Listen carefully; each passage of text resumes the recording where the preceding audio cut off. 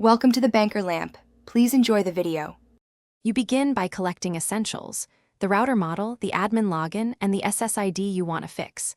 Connect a laptop via Ethernet for the most reliable access. Wireless can drop you mid-change. Once connected, open the router admin page, usually 192, 168, 0, 1 or 192, 168, 1, 1 and sign in. If login fails, try the default credentials on the sticker. And if that also fails, prepare the reset pinhole procedure. This ensures you can start fresh with known settings. Once in the admin interface, move directly to wireless or Wi-Fi security settings and check the encryption mode.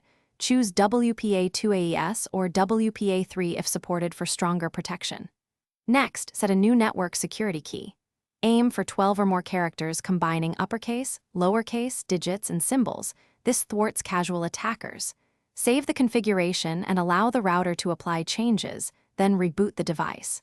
Finally, on each client, forget the old network and reconnect using the new key to restore secure access. You finish by verifying connectivity. Test several devices on both 2, 4 GHz and 5 GHz bands and confirm internet access. If a device cannot join, retype the key carefully, check for firmware updates, and ensure MAC filtering or client isolation is not blocking it. Consult router logs to pinpoint authentication errors.